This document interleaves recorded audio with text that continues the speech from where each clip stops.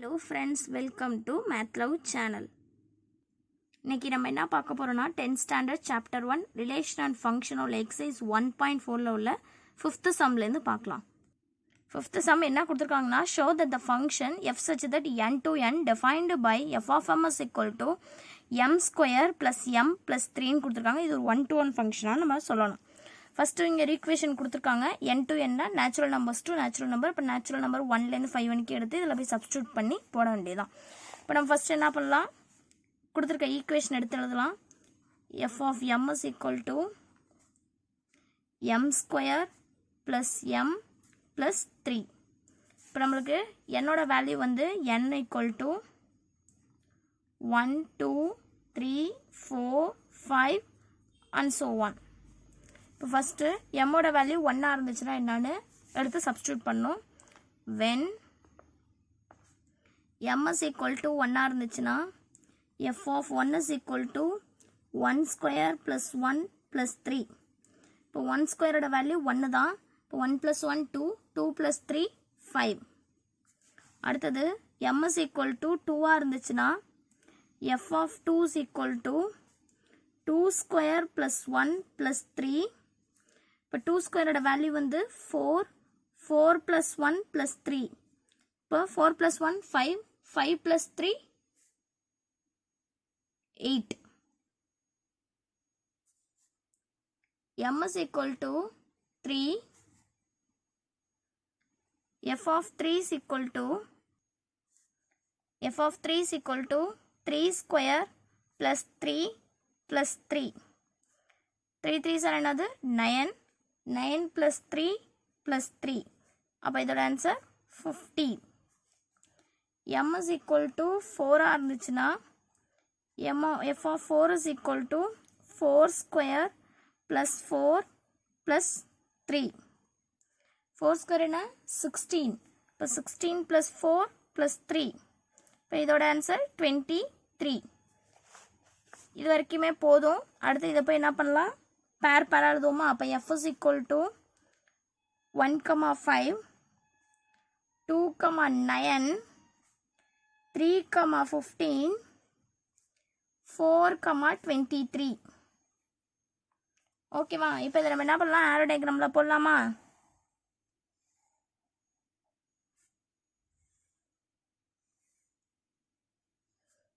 இப்போ இங்கே இது நேச்சுரல் நம்பர்ஸ், இது நேச்சுரல் நம்பர்ஸ் எஃப்லேருந்து போகுது. ஓகேவா. இப்போ இங்கே வந்து 1 2 3 4 5 6 and so on. இங்கே 1 2 3 4 5 6 7 8 9 and so on. ஓகேவா. அப்போ ஃபர்ஸ்ட் ஒன் வந்து 1, 5. அப்போ 1லேருந்து எதுக்கு போகணும், 5க்கு போகணும். ஓகேவா. அடுத்தது 2, 9. 2லேருந்து எதுக்கு போகணும், 9க்கு போகணும். இதுக்கு மேலே நம்மளுக்கு இது பெருசாக இருக்குது. 23 வரைக்கும்லாம் நம்மளால் போட முடியாது. 15க்கும் நம்மளால் போக முடியாது, பெருசாக இருக்கனால நான் இதோட ஸ்டாப் பண்ணிக்கிட்டேன். ஓகேவா. இப்போ இது வந்து ஒரு 1 to 1 ஃபங்க்ஷனாக தான் நம்மள்ட்ட கேட்டிருக்காங்க. இஸ் 1 to 1 ஃபங்க்ஷனான்னு கேட்டிருக்காங்க. ஒரு நம்பருக்கு ஒரு எலமெண்ட் தானே போகுது, ஒரு டொமைனுக்கு ஒரு கோடமைன் தானே இருக்குது. அப்போ இது என்னது, ஒரு 1 to 1 ஃபங்க்ஷன் தான். திஸ் ஃபங்க்ஷன்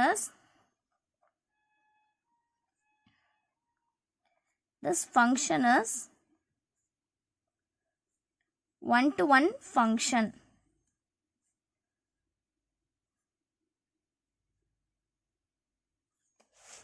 ஓகேவா. அதில் நெக்ஸ்ட் சம் 6th சம் பார்க்கலாம்.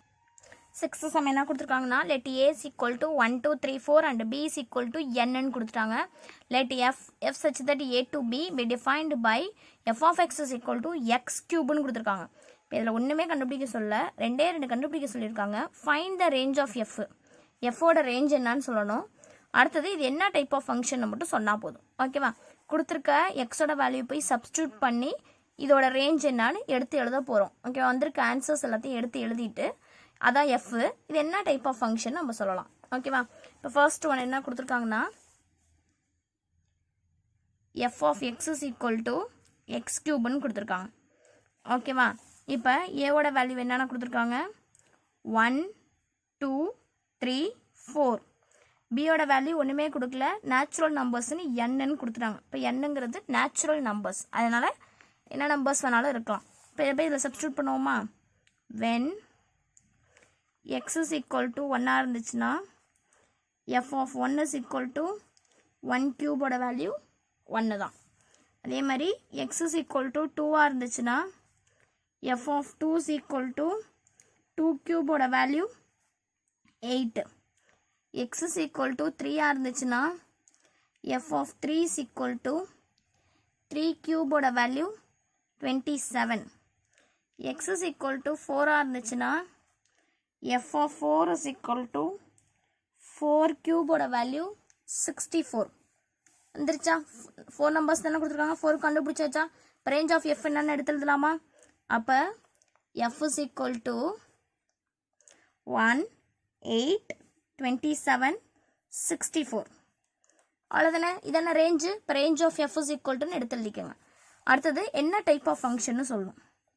செகண்ட் ஒன், இது என்ன டைப் ஆஃப் ஃபங்க்ஷன் நம்மளுக்கு தெரியும். இது வந்து ஒரு 1-to-1 ஃபங்க்ஷன். ஓகேவா? ஏன்னா ஜஸ்ட் ஒரு எக்ஸாம்பிளுக்கு நான் சின்னதாக போடுறேன். இப்போ இங்கே 1, 2, 3, 4, 5 வரைக்கும் இருக்குது. இங்கே 1, 2, 3, 4, 5, 6, 7, 8. ஓகேவா? இப்போ இது வந்து ஏ, இது வந்து பி, இது எஃப். இப்போ நம்ம 1லேருந்து 1க்கு தான் போகுது, 2லேருந்து 8க்கு போகுது.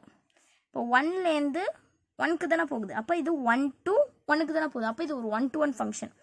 இதை வந்து ஆன் டு ஃபங்க்ஷன்னு சொல்ல முடியாது. அடுத்தது என்ன ஃபங்க்ஷன் சொல்லலாம்? இன்டூ ஃபங்க்ஷன்னு சொல்லலாமா?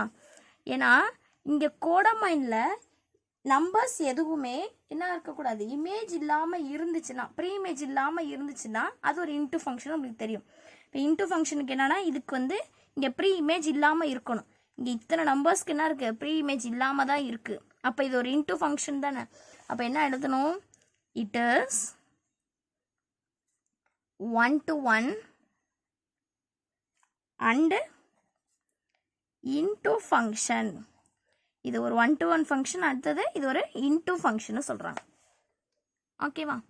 நெக்ஸ்ட் கிளாஸில் நம்ம அடுத்த சம்ஸ் பார்க்கலாம். Thank you friends, thank you.